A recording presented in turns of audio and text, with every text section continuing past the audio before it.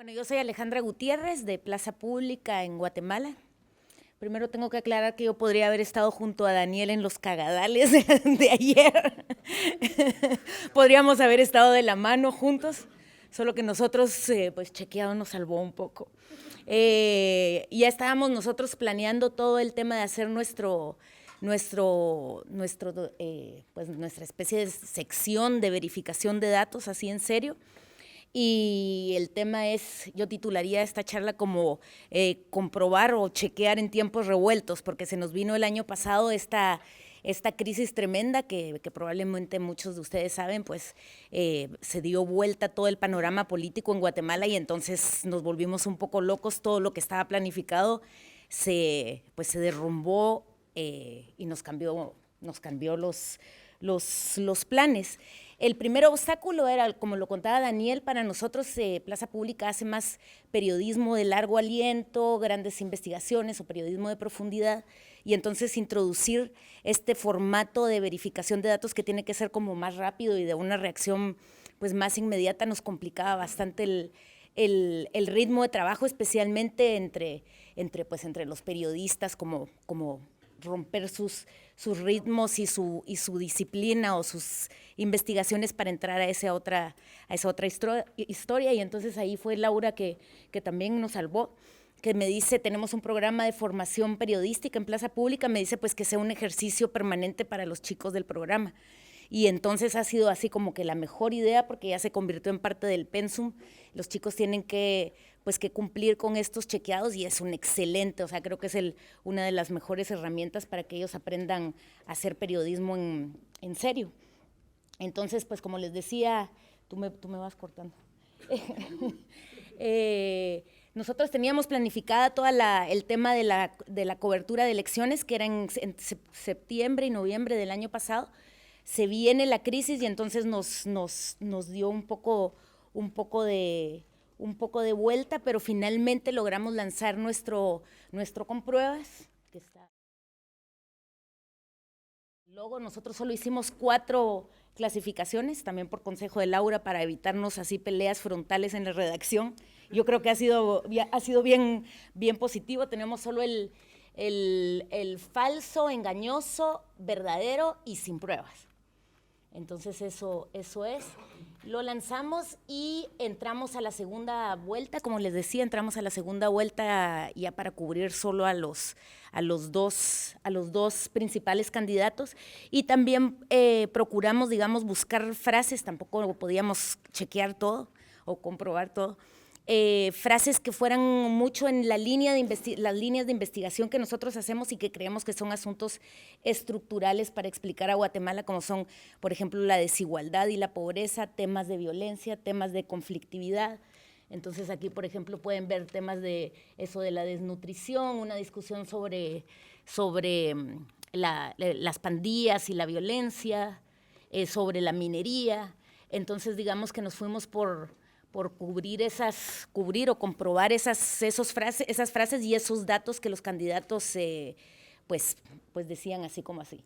Y nada, entonces nosotros quisimos, aunque fuera un poco a las carreras, aprovechar la gran ola de debate y de discusión que es unas elecciones. El chequeado, el compruebas en vivo, no nos lanzamos porque era una locura, pero hicimos así como una serie de experimentos que podrían suplir y dar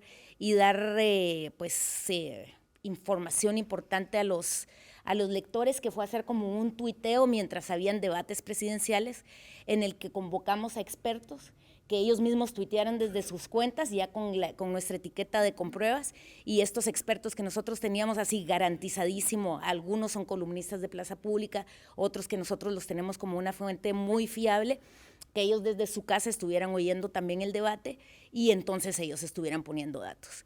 Nosotros también con estas investigaciones que ya teníamos, digamos, que tenemos hechas desde antes y que hemos ido publicando, como por ejemplo el tema de desnutrición, teníamos una investigación que fue bastante potente, que es que descubrimos, revisando así como las bases de datos de los temas de desnutrición y los muertos, niños muertos por desnutrición, que el gobierno reportaba que había error, o sea, que nos estaban mintiendo. Entonces, digamos que ya teníamos esa información y aprovechábamos durante los debates a meter todas estas notas. Entonces, por ejemplo, así esta otra de los homicidios, las estadísticas que hemos trabajado sobre homicidios y violencia. Entonces, digamos que resolvíamos un poco esta imposibilidad de estar chequeando todo, pero aportando esas investigaciones que de cualquier manera nos resulta interesante que los lectores regresen a ellas. Entonces, yo creo que un poco así.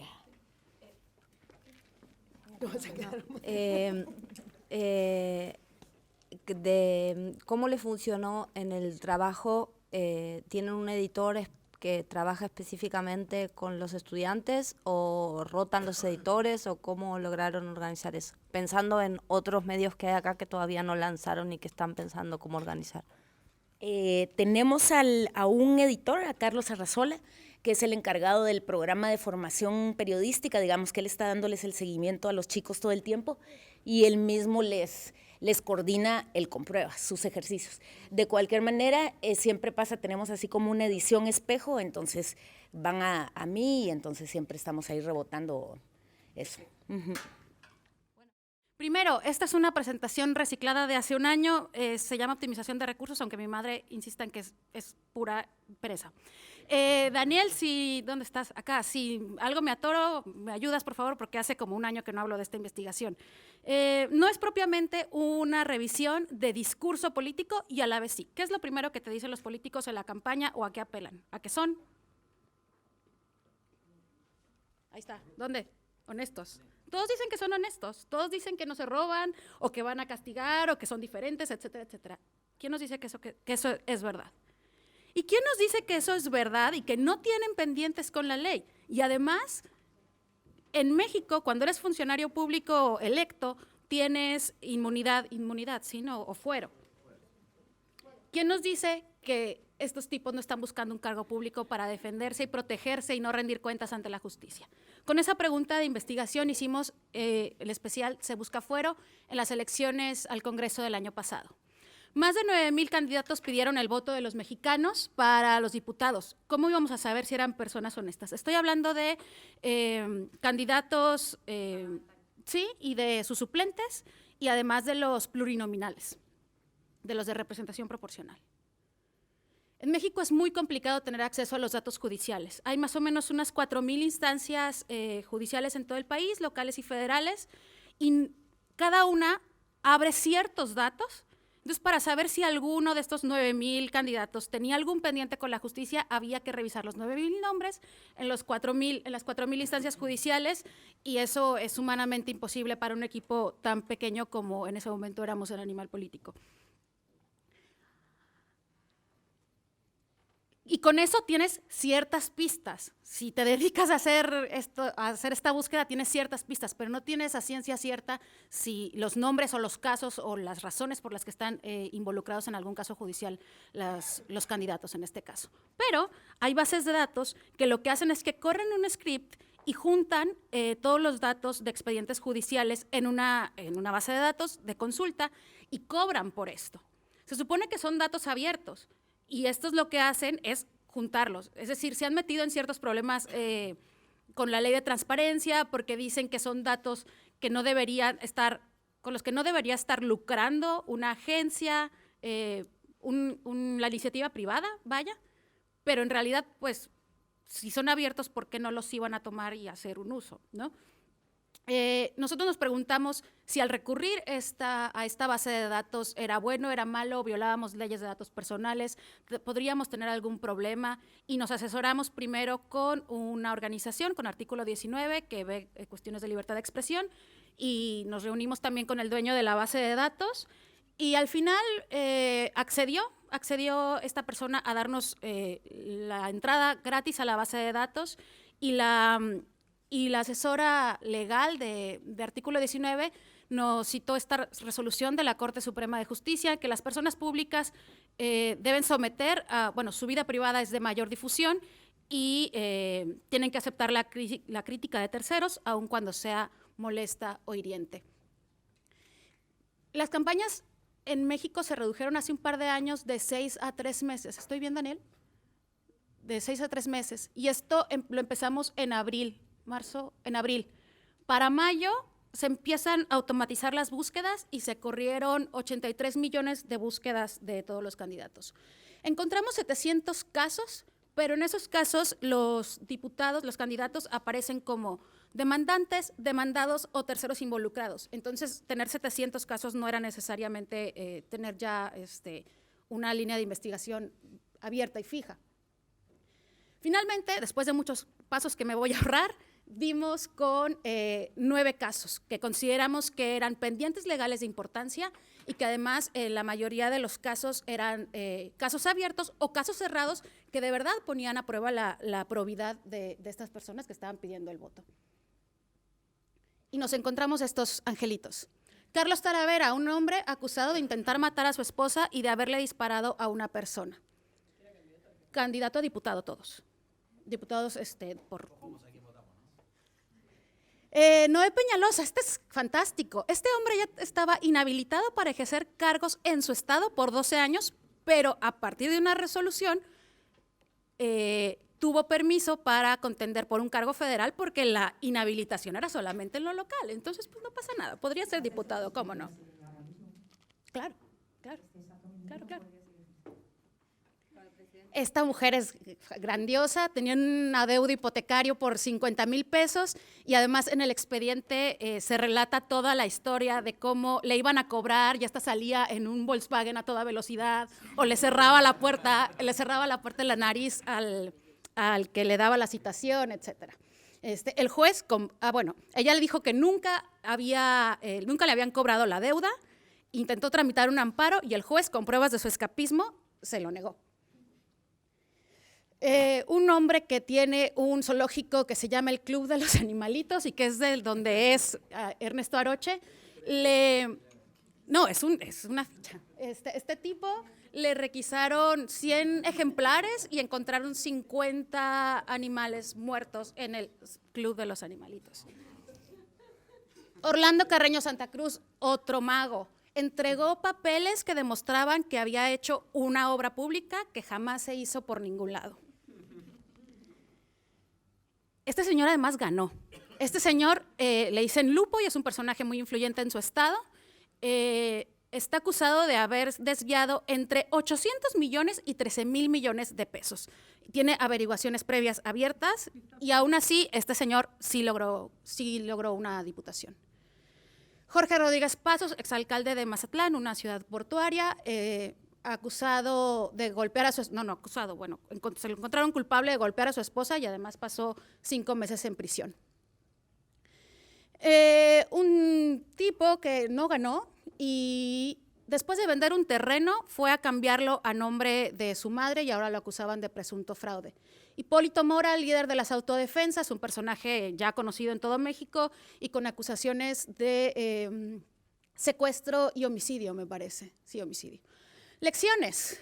Poco a poco se avanza en la cultura de apertura de datos. De verdad tuvimos una discusión de horas sobre si valía la pena meternos en algún problema judicial. Por suerte no lo hubo para esta investigación.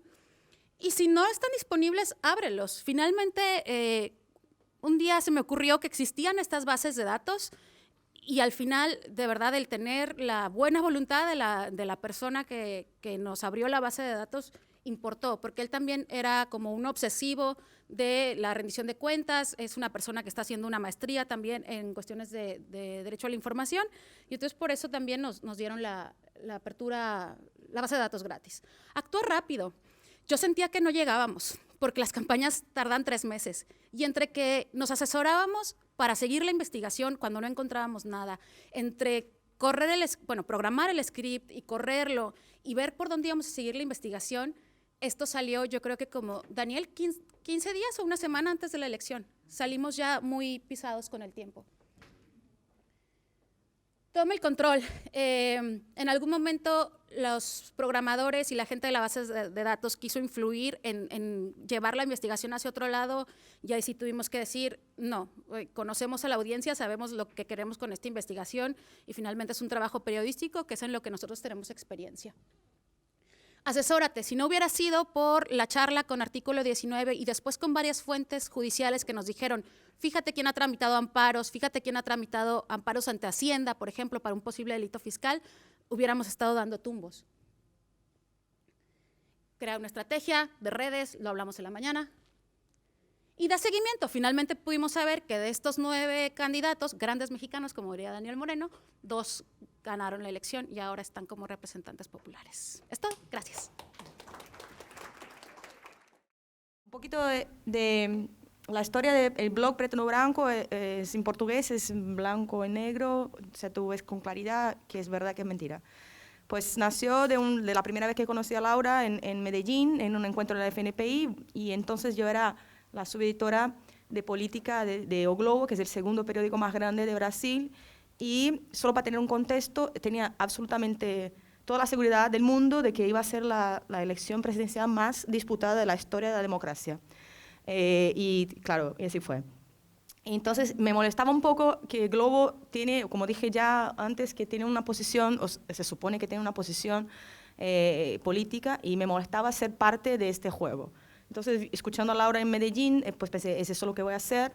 Pues así nació el blog Preto no Branco, que se proponía hacer un fact-checking y hacer un proyecto independiente, ¿no? Verdaderamente independiente. Pues propuse esto a mis jefes ejecutivos y me dijeron, pues bien, abre un bloguecito ahí, ¿no? Bueno, y así fue. Le propuso a sus jefes háganlo y ni siquiera le hicieron una nueva plantilla para Preto no Branco. Le dieron un WordPress viejo de otro proyecto que habían hecho en un blog. Eso como ejemplo de grandes organizaciones no dispuestas a invertir para innovación. Lo bueno es que todo va y vuelve, ¿no? Luego me amaban. Bueno, entonces que la propuesta era, a ver, Brasil pues no sabía que era fact-checking. El chequeado es gigante, sus medios son gigantes, pero son todos en español, la gente no lee español en Brasil.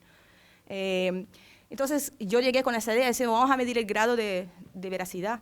Hice la traducción medio mal aquí, pero si está mal me perdonan.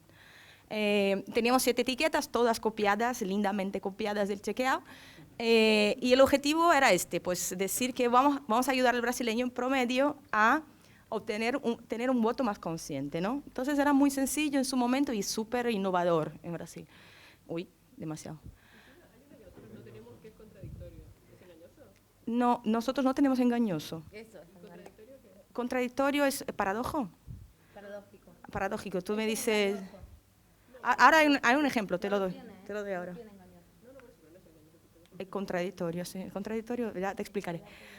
Bueno, entonces cuando estrenamos el blog, fue el 6 de agosto y poco después también salió el de Pública Truco, que es genial, maravilloso, son propuestas distintas.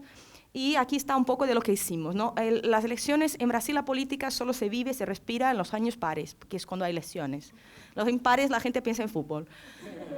Y la primera vuelta, es verdad, esa es la verdad. Bueno, y hay un montón de gente, ¿no? Un montón de gente disputando puestos. Entonces teníamos 7 candidatos presidenciales que tenían la posibilidad de hablar en debates de televisión, porque había otros más, ¿sí?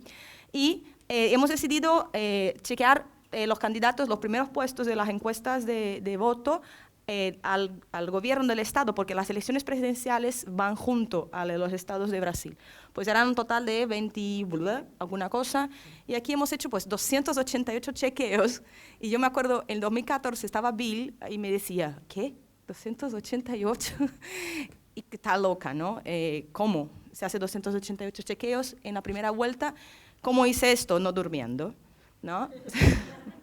No dormía. Era de 7 de la mañana, hacíamos todos chequeos de televisión, debate, programa de radio, el Facebook del tipo, el Twitter del tipo, la página web, y teníamos solo yo. Digo, no, teníamos 3 chicos que se turnaban como freelance interno. Era que tenía yo ¿cómo se llama eso de Indiana Jones? Látigo, es perfecto. Y la segunda vuelta, pues más pequeñito, mejor, eran 4 candidatos, no, miento. Eran 2 candidatos a presidente, creo que he cambiado. 4 candidatos. Sí, esto está raro, es 2 y 2, lo siento, he borrado mal. Y allí, claro, hicimos un número más decente y también yo destaco la proporción de verdaderos, cómo subió. Bueno, algunos de los éxitos, y ahí quizá explique lo contradictorio, nosotros estos son los cards que usamos en Twitter, y luego Iván, que está en algún sitio, me hizo una entrevista una vez, nos equivocamos, ese es uno de los errores. Nosotros no tuvimos una cuenta @blog Preteno Branco, nosotros teníamos el @ o Globo Política, que es la cuenta que siempre mantuvo Globo y que sigue manteniendo para tuitear todas las informaciones. Sí, está ahí. Sí, exactamente. Es uno de los grandes errores, ¿no? Sí, sí. Bueno, aquí rápidamente, Dilma se equivoca en un debate de televisión, no sabía cuál era el presupuesto general, se equivoca muchísimo, pero muchísimo, y lo hace de forma muy borde. Ella dice, un candidato pequeño dice, son no sé cuántos millones, dice, solo $100, y suelta este número totalmente equivocado. Luego, lo que es el contradictorio para nosotros es Aécio Neves, que es el candidato, entre comillas, de derecha, dice que jamás dije que iba a cambiar el factor que calcula cuánto vas a cobrar tú de pensión, ¿no? Y resulta que hay un vídeo en el que dice, voy a cambiar. Entonces, esa es la etiqueta que usamos cuando los tipos son muy sinceros. Pero es una contradicción consigo Sí, mismo. esa es una contradicción. Yo digo... ¿Quién lo dijo? Claro, yo digo, yo no soy Cristina, y el día siguiente digo, yo soy Cristina. Por eso, son cosas absurdas, ¿no? Y bueno, Marina, que era la tercera en la disputa, ella era antes senadora y salió diciendo que había votado en contra o en favor de la aplicación de un impuesto para la sanidad, y nosotros hemos levantado todas las votaciones sobre el impuesto y ella, claro, estaba mintiendo. Aquí tuvimos, bueno, eso del Estado de Río, son dos curiosidades que me encantan, esos dos. Este es el gobernador actual de Pezão, es pie grande, es verdad. Tiene un pie 48. Y el tipo dice, voy a crear el ombudsman de la policía, pero justo en la página web del Estado de Río completaba un mes. O sea, el tipo estaba anunciando una cosa que ya existía en su propio estado, él estaba intentando la reelección. La policía es una entidad del Estado, y él no sabía que ya existía. Entonces yo decía, bueno, imposible, ¿no? ¿Cómo vas a crear algo que ya estás creado? Uy, aquí. Pero la había creado él mismo. Él mismo, es que él entraba a la reelección. Claro. No, y lo mejor es que la fuente de esta información fue el propio gobierno. Decía, no puede ser que este tipo está loco. Sí, ese de aquí es un personaje de la política nacional, Garotinho fue gobernador de Río y también disputaba por otra vez. El tipo dice, no mezclo política y religión, y me pone en el Twitter Mateos, no sé qué es, ¿cómo se dice en español? No sé, versículo. Bienaventurados los que tienen hambre y sed de justicia, pues serán satisfechos. A mí no me digas que no mezclas, ¿no? Es un chiste. La política brasileña es que, bueno, es un chiste, de verdad. Bueno, ahí, claro, nos metimos la pata nosotros también, porque fact-checker que no se planea, se mete la pata. Aquí tenemos 3 casos también, y por suerte que tuvimos un error para cada uno de los 3, porque yo quería ser independiente, ¿no? Entonces no podía tener más equívocos de un lado que el otro. Claro, cuando tuve los 2 primeros dije, me falta uno de Marina, hay que meter la pata. Bueno, aquí rápidamente, Dilma dijo que las comisarías, pues el estado de Minas, bueno, ella dice que Minas, que es el estado donde Aécio fue gobernador, pues no tenía comisarías suficientes. Y nosotros vamos eso estamos hablando de un debate de televisión a las 12 de la noche, y pues la única fuente de información es la página web de la policía de Minas, y ahí está listado, pues de los 853 municipios, pues ahí me dice que más de 443 tienen. Y yo digo, falso a Dilma. Y empieza el Twitter inmediatamente decir, pero yo vivo aquí en esa ciudad y no hay comisaría aquí. Y esto grande, por la madrugada y yo despierta. Por la mañana a las 6 de la mañana llamo a la policía, al gabinete de prensa, y me dice, no, es que está desactualizada en esta página web. Entonces, claro, ese fue un error de datos. Así. Aquí Aécio, esto también es el típico cansancio, que yo creo que hay que perdonarnos, pero la gente no perdona. Él habla de la inversión de seguridad, pero tenía un gran artículo, documento, y nosotros no vimos que la página 23, pues él seguía la página 24, la información, y simplemente pues le dimos un exagerado equivocado. Y aquí una cosa que yo llamo la atención a los que quieren entrar en el chequeo político, es que hay conceptos que la gente son muy amplios, ¿no? Por ejemplo, ahora hay una duda en Brasil si hubo o no golpe. ¿Estamos o no en la peor crisis de la historia? Igual aquí, ¿cuál es el tamaño de la informalidad? Informalidad es los que trabajan sin contrato, ¿no? Entonces hay 1 millón de números dentro de los criterios. La audiencia, rápidamente, esos son datos de Globo de entonces, 2,5 millones de page views. Nosotros cuando empezamos, como dije, era un bloguecito, ¿no? Nos convertimos en una columna en la versión impresa y hubo días que había 26 frases chequeadas en una sola edición del papel. Yo no he dormido. Yo tenía como objetivo pues tener X, no me acuerdo ya, page views, y nosotros tuvimos 7 veces más de lo que había yo planeado, y mi orgullo fue de ser el segundo blog más leído del periódico entero, perdiendo solo para uno que se llama Cosas Raras, que es la tortuga que tiene 3 cabezas. Me encantaba, porque ese es imposible ganar, ¿eh? Y también eso, el error que hablábamos antes, es eso, de los 20 tweets más populares de la historia de O Globo Política, y fíjate lo que pasa en ese país gigante, pues 15 eran del Preto no Branco cuando llegamos al final. Más relevantes aún, pues efectivamente cambiamos horarios electorales. Dilma tuvo que editar. El horario electoral es lo que se exhibe en la televisión, no sé si también hay en sus países, o propaganda obligatoria. Dilma cambió una información sobre energía y a eso cambió una información sobre desempleo. Los chequeos, sin decir que era de Preto Branco, utilizaron en debates. El chequeo del presupuesto de la Unión, esto fue, echaron a cara de Dilma un montón, de Marina también. Eso me gusta, más verdaderos en los últimos días de campaña, y claro, llegamos a la conclusión de que cómo medimos el impacto, de nada sirve todo esto. Hay que pensar en algo más, es una presentación del año pasado. Las reacciones yo dividí en 3 cosas. Pues las campañas al principio no nos daban ninguna atención. Decía, bueno, tú di lo que tú quieras.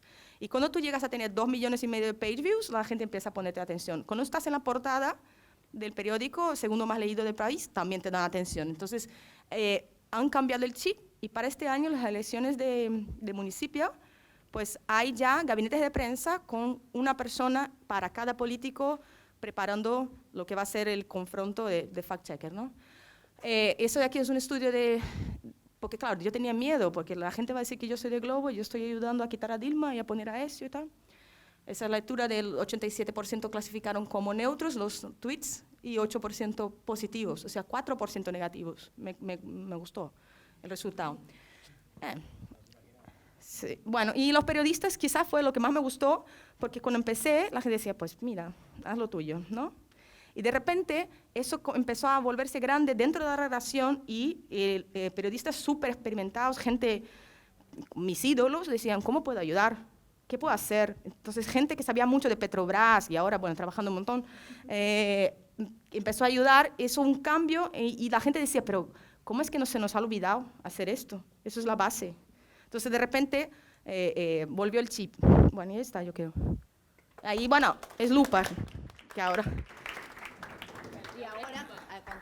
Y ahora Cristina se fue de O Globo y armó una organización de fact-checking independiente que se llama Lupa. Aunque le llame la atención, no habíamos tenido nunca un debate presidencial, porque siempre el que iba primero no iba. La silla hace honor a la silla vacía. El año pasado pasó algo parecido. El debate, el que iba primero, que era el oficialista, el que iba primero en las encuestas, no fue. Entonces fue un debate con todos los otros candidatos menos el que iba primero. Y nosotros hicimos un chequeo en vivo, ahora les muestro algunas de las cosas. Pero lo que pasó fue que hubo segunda vuelta. Y sus asesores evaluaron que no haber ido al primer debate le había jugado en contra, entonces hubo un segundo debate al que sí fueron los dos, incluido el que no había ido al primer debate, y también hicimos un chequeo en vivo de ese debate. Esto que les está mostrando Oli es, en Chequeado nosotros tenemos hace tiempo un micrositio que usamos para los chequeos en vivo, que nos permite, el día que estamos publicando, que en realidad, ya lo conté muchas veces, nuestros vivos son en vivo parecido a lo que varios contaban, o a lo que Ale contaba, de reproducir notas que ya tenemos hechas, Piensen que en ese sentido Chequeado corre con ventaja porque tenemos 5 años y medio de chequeos, entonces hay como 2.500 o así, y muchas veces es repeticiones que ya lo que descubriste del discurso engañoso, exagerado, es lo mismo. Puede ser que haya cambiado el dato, pero si vos, mientras el candidato está diciéndolo, decís, te recordamos este chequeo, aunque no esté el dato del último trimestre, a la gente le sirve para entender que lo que le estás queriendo decir es acá te está metiendo un cuento.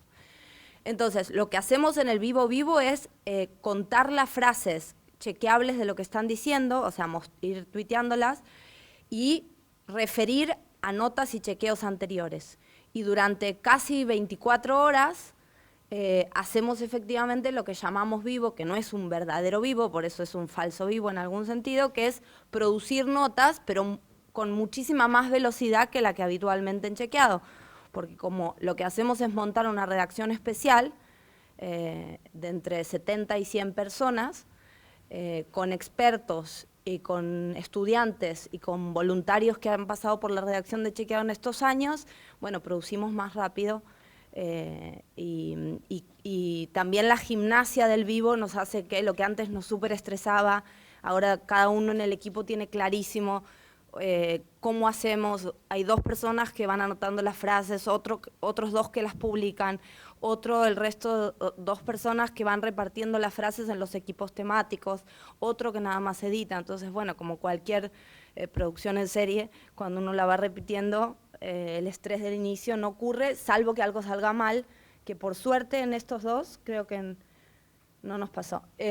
Para no extenderme demasiado, quiero contarles, hicimos un especial, después una especie de especial para que fuera un newsletter que a la semana del debate llegara, para que aquellos, además de los que nos habían seguido como en el día, recibieran esto con algo de análisis. Entonces el especial tenía cantidad de datos chequeados por cada bloque temático, vos podías ver cada candidato cuánto había hablado de desarrollo económico, cuánto había hablado de educación e infancia, cuánto había hablado de justicia y seguridad de derechos humanos. O sea, cuánto acontable era, cuánto de lo que había dicho sobre esos temas íbamos a poder después decirle o exigirle, vos dijiste A e hiciste B.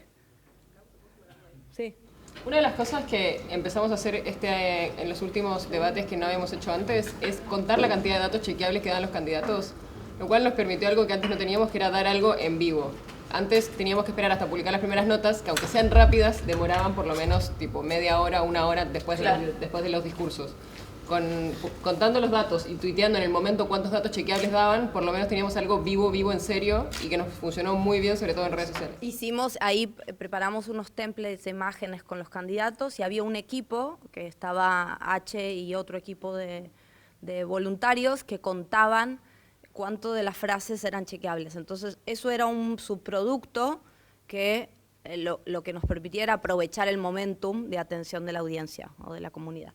Bueno, acá en frases, en los chequeos podías buscar obviamente por candidatos, si te interesaba uno y ver cómo le había ido, o el otro, y así, ¿no?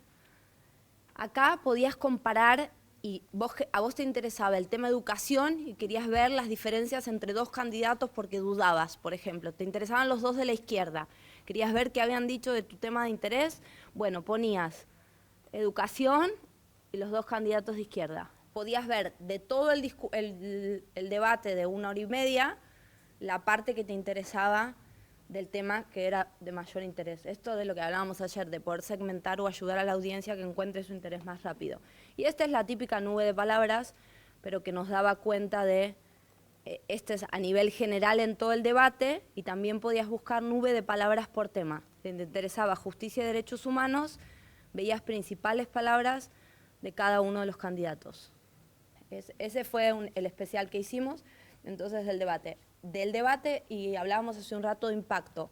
¿Qué impacto tuvimos? Bueno, uno de los candidatos, el candidato de izquierda del Caño, cuestionó uno de los chequeos y nos mandó información donde decía que nosotros habíamos hecho una lectura equivocada de lo que él había dicho y nos mandó un documento y nosotros leímos el documento y le dijimos, hicimos nosotros una lectura correcta. En todo caso, vos querés hacernos creer que el documento dice algo distinto a lo que dice, ¿no? Eso fue más o menos, no me acuerdo de quién era el chequeo del caño, pero ese fue, de Manu, ¿no?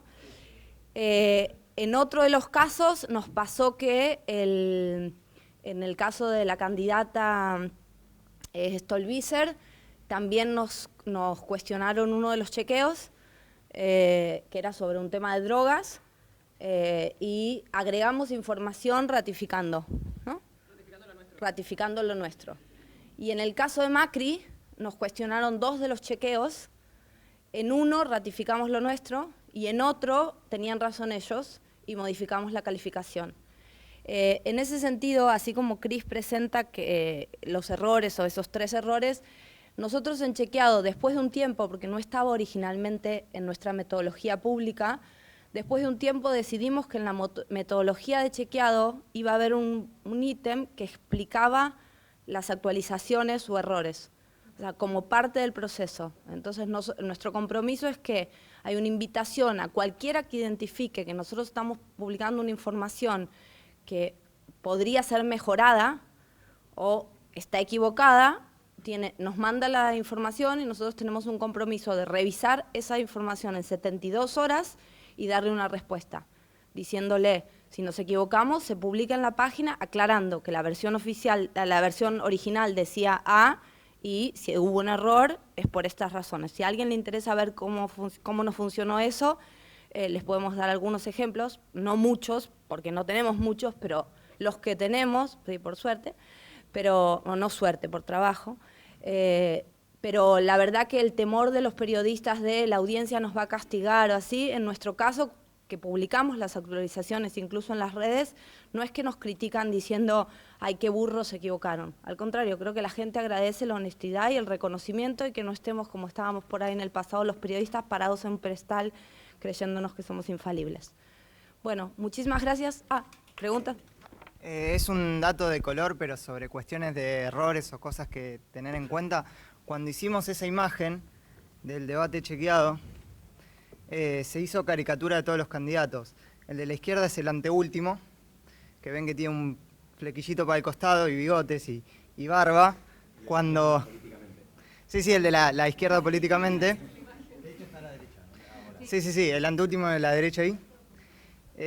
Cuando lo hicimos en imagen, se hizo una caricatura de cómo era su fisonomía en ese momento y no nos dimos cuenta que por cómo quedaban las sombras, quedaba un bigotito que parecía Hitler con ese peinadito, que fue lo primero que nos empezaron a decir en todas las redes, por lo cual después tuvimos que volver a editar y le agregamos mucha más barba como tiene ahora. No nos habíamos dado cuenta. Y el orden, para que no...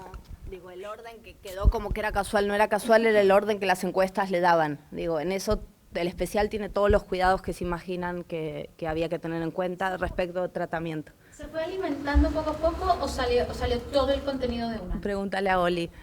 No, salió todo junto. La página nuestra donde vamos publicando los chequeos en vivo y vamos publicando en el momento. Esta página fue una recopilación de todo junto, y la publicamos toda junta. No, pero a la pregunta de si se publicó todo, no, se va publicando a medida que producimos y más o menos durante una semana y para hacer confesiones de backstage, si no nos queda el cuadrado par, yo tengo como una especie de TOC y seguimos hasta que lo cerramos. Pobre Oli. O sea, me dice, no, es que si hacemos uno más... Digamos, tipo, si te das una nota más que dispare el cuadrado, no lo vamos a llenar con 3 más. Pero bueno, nada, esos son... ¿Y en el micrositio no salían en la medida? En el micrositio a medida que las teníamos salían y en las redes a medida que las teníamos salíamos y en ese sentido lo único que administrábamos es si teníamos tres verdaderos a un candidato y ninguno al otro, le esperábamos un ratito y después dábamos el otro. Pero en las redes tuiteábamos los chequeos cuando los teníamos, tuiteábamos lo que decía Ori antes de la contabilidad. La cantidad de datos. La cantidad de datos contratables que decían y también tuiteáamos, no me acuerdo si siempre, pero las frases que iban diciendo que sentíamos que eran chequeables, que podíamos... ¿Podés contar algo de resultados? No tenemos tiempo. No, solo quería decir que lo bueno es que logramos instaurar que sea, o sea, el día posterior a esto, todos los medios de comunicación utilizaban esta página, nos llamaban, nos preguntaban en base a eso, y no solo eso, sino que además del caño, por ejemplo, lo chicaneó a Massa, que es otro de los candidatos, diciéndole que faltaba mucho al Congreso, y también en una entrevista nos usó como fuente porque el chequeado nos verificó, y eso está bueno. Durante la campaña hubo un montón de veces en las que los candidatos, distintos además por suerte, o validaban sus datos en entrevistas diciendo no lo digo yo, lo dice chequeado, o cuando un contrincante le decía algo, le decía no, pero si eso no es como vos decís, chequeado dice que tal cosa. Entonces, bueno. Cerramos, vamos a comer y gracias. Bueno, y